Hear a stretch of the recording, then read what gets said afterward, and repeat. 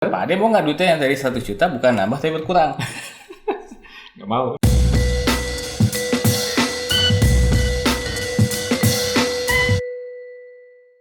Bismillahirrahmanirrahim. Assalamualaikum warahmatullahi wabarakatuh. Jumpa lagi di BES, Bincang Ekonomi Syariah Terkini. Berbicara tentang perbankan syariah, ini merupakan tema yang tidak habis kita kupas, kita bahas ya, dan ini sangat menarik.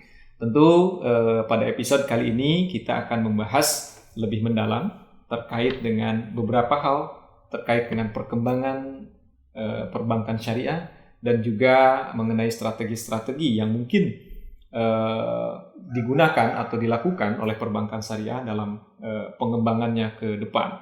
Untuk membahas hal itu, kini telah hadir di hadapan saya seorang tokoh muda, penggerak ekonomi Islam, dan ini merupakan seorang guru besar. Ya. Beliau adalah Profesor Muhammad Nuryanto Al-Arif. Apa kabar Pak Arif? Alhamdulillah sehat Pak Ade. Sehat ya. Apa sih kegiatan hari ini? Mungkin kayaknya sibuk banget nih. Biasa, susah Pak. kayaknya saya menghubungi nih. Biasalah Pak.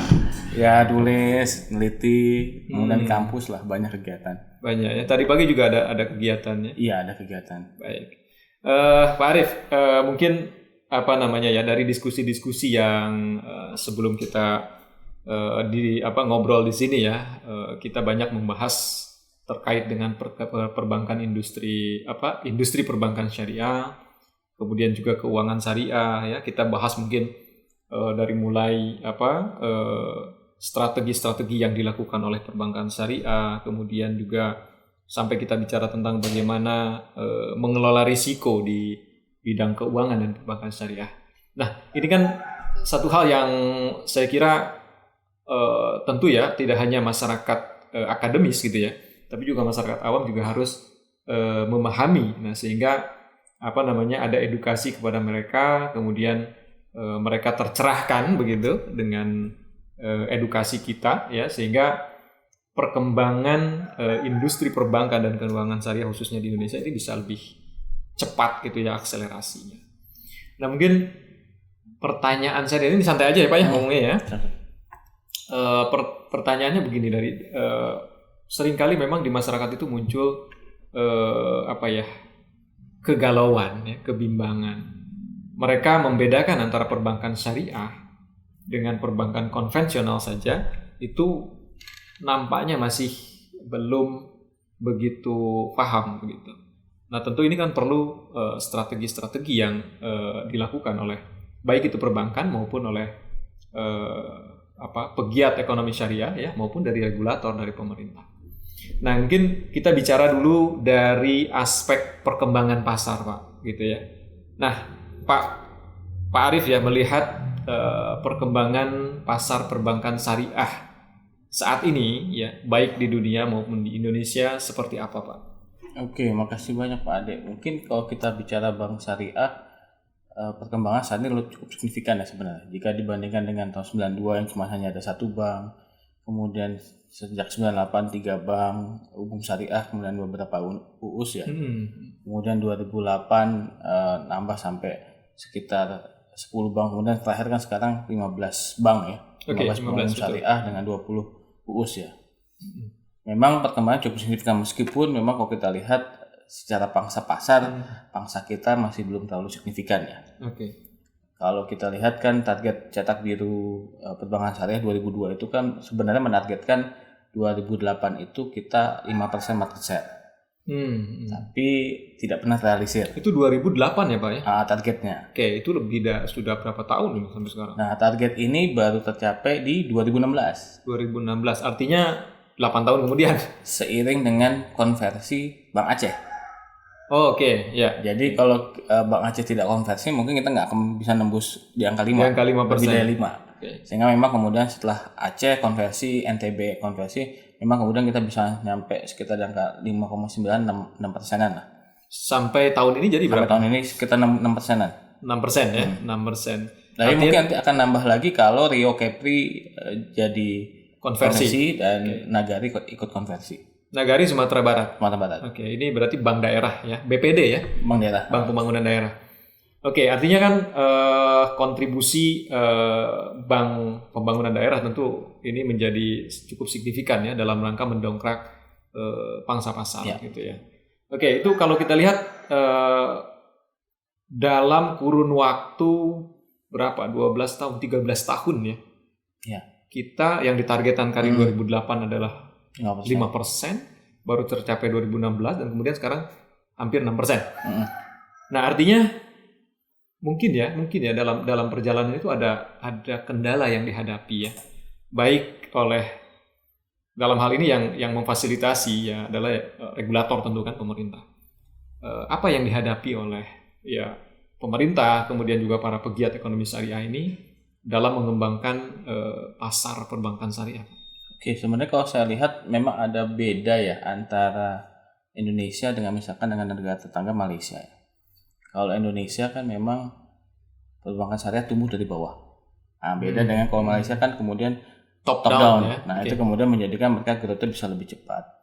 Meskipun kemudian beberapa tahun belakangan ini kemudian banyak kebijakan-kebijakan, misalkan boleh bank syariah payroll. Makanya kan Bank BSI kan pasca merger kan kemudian bisa masuk untuk payroll. Nah, ini kan kemudian hal-hal seperti ini sebenarnya yang tadi tidak bisa masuk ya. Mungkin kalau misalnya memang ke depannya memang pemerintah memang serius, mungkin BSI ini yang bank hasil merger baru ini mungkin bisa jadi harusnya diinjek dana lagi, modal lagi supaya bisa lebih besar lagi dan masuk KBM yang lebih tinggi ya.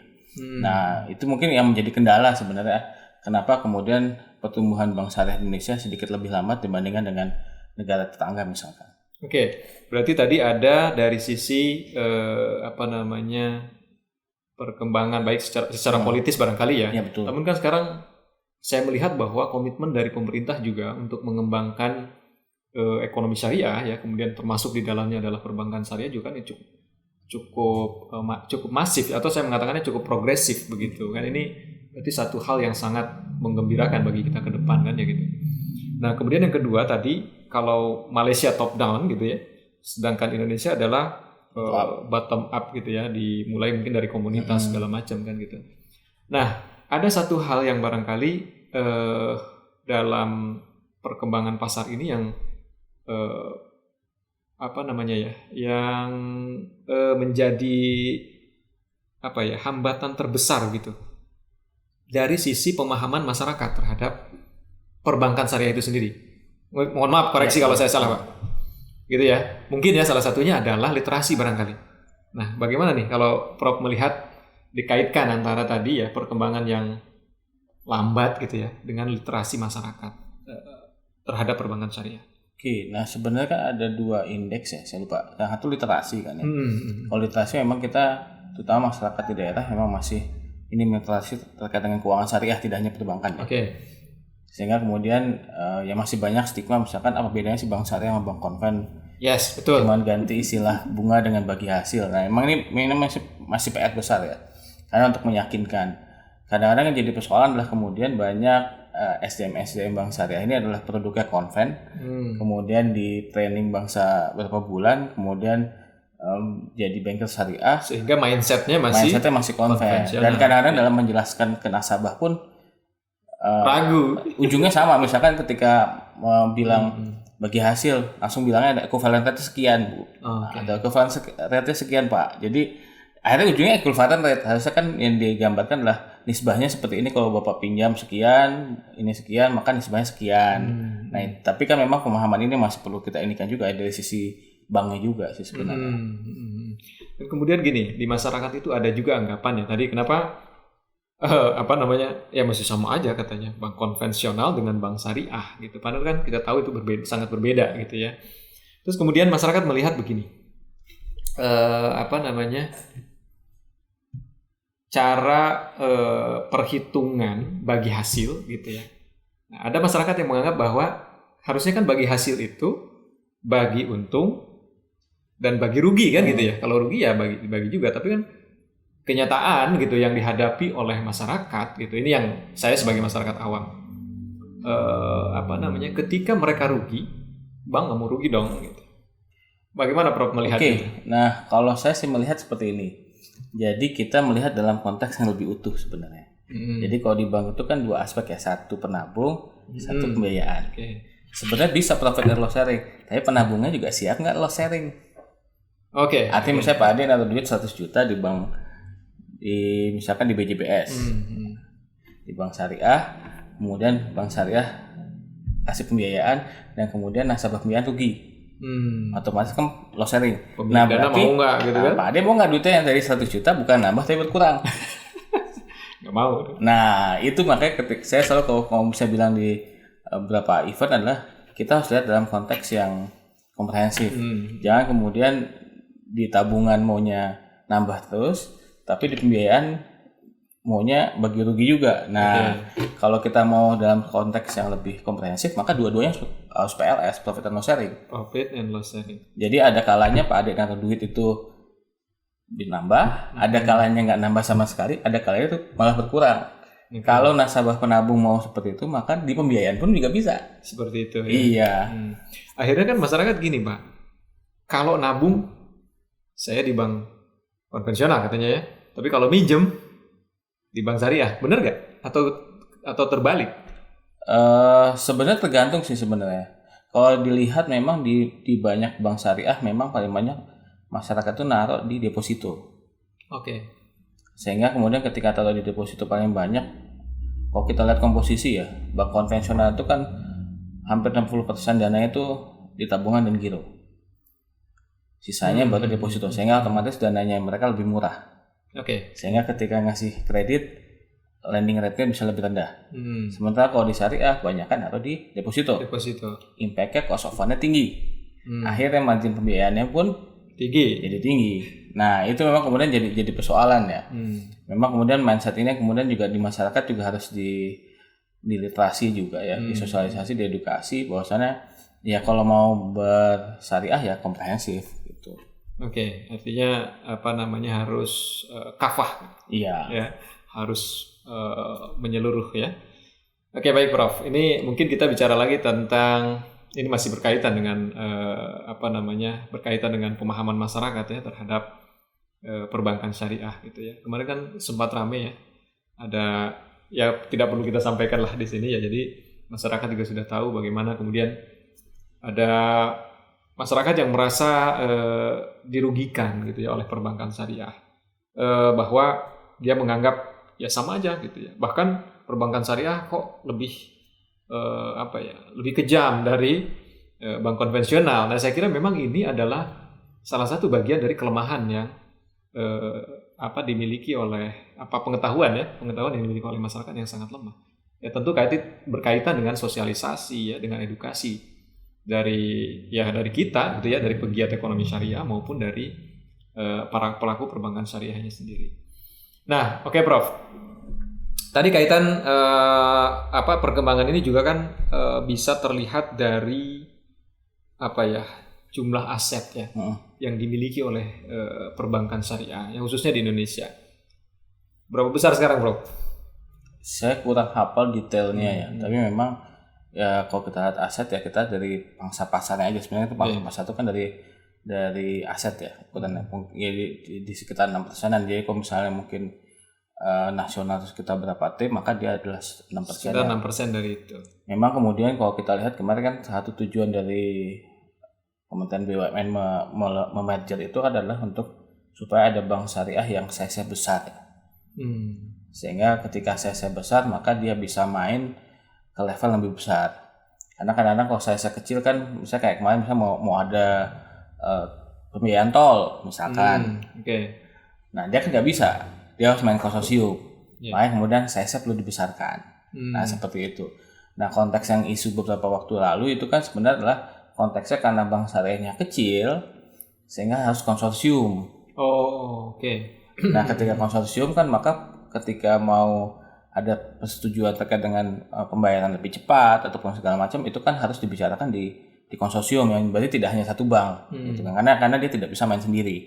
Nah ini kemudian menjadi persoalan, makanya kemudian kenapa pemerintah tiba-tiba gitu ya, terlepas dari saya setuju apa tidaknya merger tapi adalah mau membentuk bank syariah yang size-nya besar gitu. Oke, itu salah satu ini masuk sudah nih strategi ya salah satu strategi yang dilakukan gitu ya untuk mendongkrak atau leveraging istilahnya ya perbankan syariah ini supaya asetnya bisa jauh lebih besar dan dia kemudian bisa masuk dalam katakanlah tadi ya pembiayaan yang jumlahnya besar. Tapi gini Prof, ada satu kekhawatiran dari masyarakat ya bahwa ini ada satu bank yang didongkrak ya supaya asetnya besar tadi. Terus kemudian dia melakukan literasi keuangan dan perbankan syariah gitu ya kepada masyarakat. Masyarakat kemudian misalnya mereka melakukan transaksi, menabung gitu ya di perbankan syariah. Terus kemudian dana yang terkumpul ini gitu ya dikhawatirkan justru malah hanya kemudian digunakan oleh, mohon maaf nih misalnya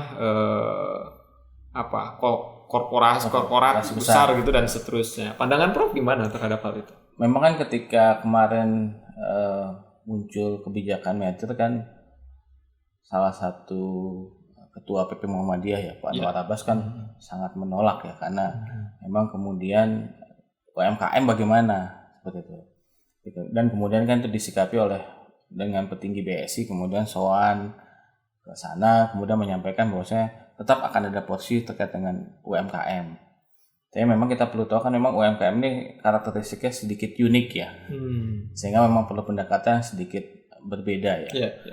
Sehingga memang kalau mungkin memang nanti perlu kita buat ada klasifikasi bank ya. Artinya tidak semua bank main di sektor retail. Kan kalau bank konven aja kita lihat kan ada bagi-bagian kan. Siapa yang nanganin banyak kredit perumahan, siapa yang untuk kredit retail mikro. Tapi sekarang walaupun sekarang udah kita sekarang lihat akhirnya semua kan main memang semua retail. main. Cuma memang kan tujuannya sebenarnya kan bagi-bagiannya kan seperti itu supaya lebih banyak lebih fokus ya. Ada yang masuk ke retail mikro tapi kemudian menyiapkan dengan digital ya. Nah itu kan juga ada seperti itu. Nah ini mungkin memang butuh strategi tapi memang ini masih sama-sama menjadi PR ya. Oke. Ini Prof, sebelum jauh kita masuk ke strategi yang lebih teknis barangkali ya, mungkin kita break dulu sejenak. Kita kembali lagi setelah yang satu ini.